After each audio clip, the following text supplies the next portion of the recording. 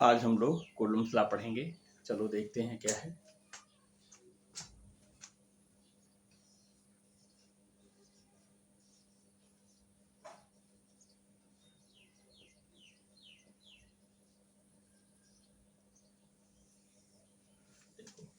अगर हम मान लें कि एक पॉइंट चार्ज Q1 है और दूसरा पॉइंट चार्ज Q2 है और इनके बीच का सेपरेशन क्या है, R है। Point charge Q1 Q2 separate by distance R, और मान लें कि ये वैक्यूम में रखे गए हैं। कहाँ रखा है हमने इसको? वैक्यूम में, या दूसरा टर्म यूज कर सकते हैं फ्री स्पेस। पॉइंट चार्ज का सेंस कि size of this point charge particle, size of this charge particle is very very small as compared to distance between them. अब ये भी चार्ज पार्टिकल है, ये भी चार्ज पार्टिकल है। आपको पता है कि इनके बीच इलेक्ट्रिकल फोर्स काम करेगा। ये इलेक्ट्रिकल फोर्स अट्रैक्ट भी हो सकता है, रिपल्सिव भी हो सकता है। ये डिपेंड करता है कि इनके बीच, इनके ऊपर पॉजिटिव चार्ज है या निगेटिव चार्ज। अगर दोनों के पास पॉजिटिव है, रिपल्सिव फोर्स होगा। दोनों के पास निगेटिव चार्ज है, रिपल्सिव फोर्स होगा। और एक के पास पॉजिटिव और एक के पास निगेटिव है, तो इनके बीच अट्रैक्टिव फोर्स काम करेगा। अब ये जो फोर्स है, इसका जो मैग्नीट्यूड है, it is directly proportional to product of magnitude of charges. Means अगर इन चार्जेस का मैग्नीट्यूड ज़्यादा होगा या इनके मैग्नीट्यूड का प्रोडक्ट ज़्यादा होगा, तो इलेक्ट्रिकल फोर्स क्या है, ज़्यादा होगा। दूसरा डिपेंडेंस है F proportional to 1/r²। Means अगर इनके बीच की डिस्टेंस का स्क्वायर ज़्यादा होगा तो फोर्स कम होगा, स्क्वायर ऑफ डिस्टेंस कम होगा तो फोर्स क्या है, ज़्यादा होगा। और 1/r² को हम कहते हैं इनवर्स स्क्वायर। इसी के चलते इसका नाम हम क्या नाम दिया जाता है, इनवर्स स्क्वायर लॉ। अब अगर इन दोनों को हम एक साथ एक्युमुलेट कर लें तो F proportional to modulus of Q1 modulus of Q2 by r²। अब इस प्रोपोर्शनलिटी साइन को हटाने के लिए हम एक कांस्टेंट यूज करते हैं, और अब ऐसे लिखेंगे F is equal to 1/4πε0 modulus of Q1 modulus of Q2 by r²। ये जो 1/4πε0 है, प्रोपोर्शनलिटी कांस्टेंट है फॉर फ्री स्पेस, और इसका वैल्यू है 9 × 10⁹ न्यूटन मीटर स्क्वायर पर कूलम स्क्वायर। देखिए यहाँ पर एक टर्म है एप्सिलॉन नॉट का वैल्यू है 8.854 × 10⁻12 न्यूटन मीटर स्क्वायर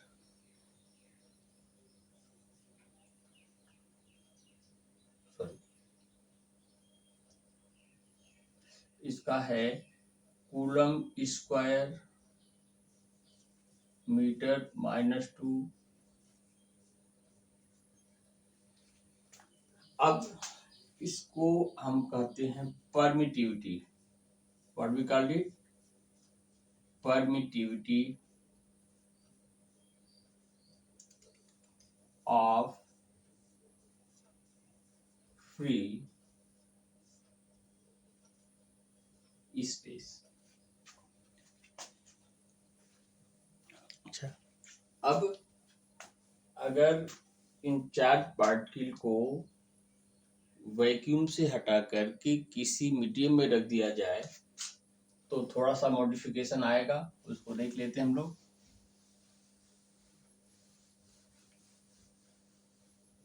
अब जरा देखो, वैक्यूम से हटा करके हमने जब मीडियम में रखा, मान लीजिए अब यहाँ पर एक मीडियम है, तो इलेक्ट्रिकल फोर्स इन मीडियम ये हो जाए 1/4πε0।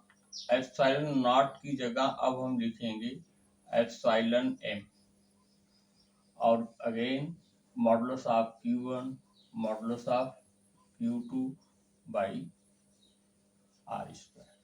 अब ये एप्सिलॉन नॉट को हम कहते हैं परमिटिविटी ऑफ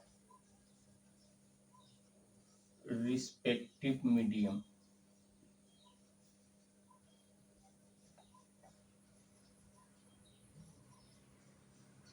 रिस्पेक्टिव मीडियम का जिस मीडियम में ये चार्ज पार्टिकल रखे हुए। अब यहाँ पर हम इसको देखेंगे तो परमिटिविटी ऑफ फ्री स्पेस, और इसको देखेंगे तो परमिटिविटी ऑफ मीडियम। अब हमें परमिटिविटी की थोड़ी सी आइडिया ले लेनी चाहिए।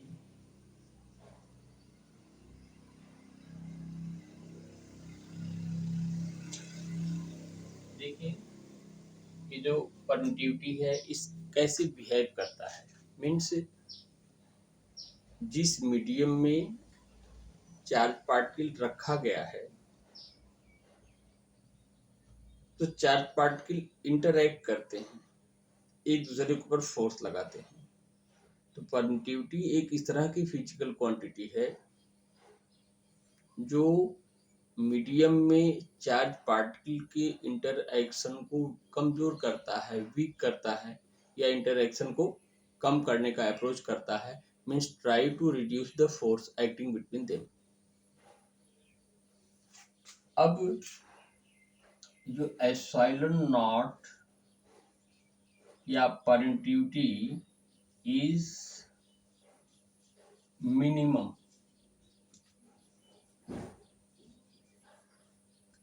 फॉर वैक्यूम, यानी इंटरएक्शन को अब दो चार्ज पार्टिकल के इंटरएक्शन को कम करने की जो कैपेसिटी है सबसे कम फ्री स्पेस में होती है, वैक्यूम में होती है। अब जरा देखो, एप्सिलॉन नॉट इज मिनिमम या epsilon permittivity is minimum for vacuum, तो electrical force acting between 2 point charges for given distance is maximum in vacuum। बाकी किसी मीडियम में लेकर के जाओगे इलेक्ट्रिकल फोर्स उनके बीच क्या है, कम हो जाएगा। तो अब हम यहाँ देखें F से वैक्यूम, ये क्या है भाई, 1/4πε0 modulus of Q1 modulus of Q2 by r square. इसको हम डिवाइड कर दें मीडियम से, तो ये हो जाएगा 1/4πε0 modulus of Q1 modulus of Q2 by r square. अब अगर हम ये डिवाइड करेंगे तो हमें मिल जाएगा, देखो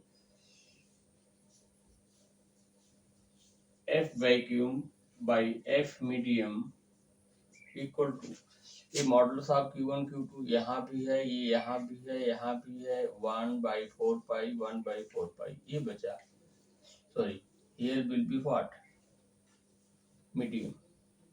अब देखो epsilon not m is epsilon m divide by epsilon not. अब हमें पता है कि ये epsilon naught is minimum,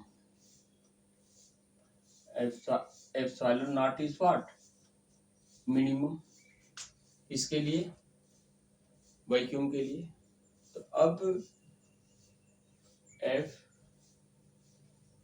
vacuum is equal to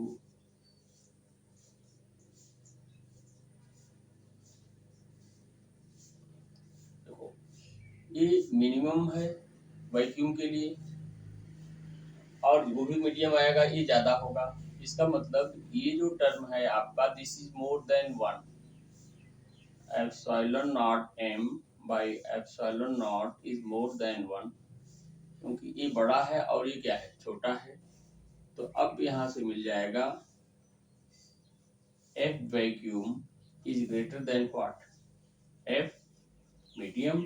इसको भी हम लोग लिख लें epsilon naught is less than epsilon, यानी permittivity of vacuum is smaller than that of permittivity of any medium. Electrical force acting between 2 point charges for given distance is maximum in vacuum in comparison to any other medium. ये एक mathematical forms हो गया जिससे हम magnitude निकाल सकते हैं। दूसरी बात एक और जानिए कि ये Q1 और Q2 को ज्वाइन करने वाली लाइन है। तो जो इलेक्ट्रिकल फोर्स है whether their nature is attractive और रिपल्सिव, जो फोर्स होगा वो इसी लाइन पर, अगर रिपल्सन होगा तो इधर लगेगा, अट्रैक्शन होगा तो इधर लगेगा। अगर हम इसकी बात करें तो अट्रैक्शन होगा इस पर लगेगा, इधर लगेगा, और रिपल्सन होगा तो इधर लगेगा। Means electrical force acting between 2 point charges taken under consideration will act along the line joining 2 point charges। अब हम समराइज कर देते हैं कूलम्स लॉ को। तो electrical force acting between 2 point charges is directly proportional to product of their magnitude, inversely proportional to square of distance between them, and it will act along the line joining 2 point charges taken under consideration। और कुछ important बात, Coulomb's law is applicable only for point charges। It is applicable only when either both the charge particles in state of rest, third point, either one of them is rest and other is state of motion। Coulomb's law is not applicable for extended charge body। That's in for today regarding Coulomb's law। Okay, bye।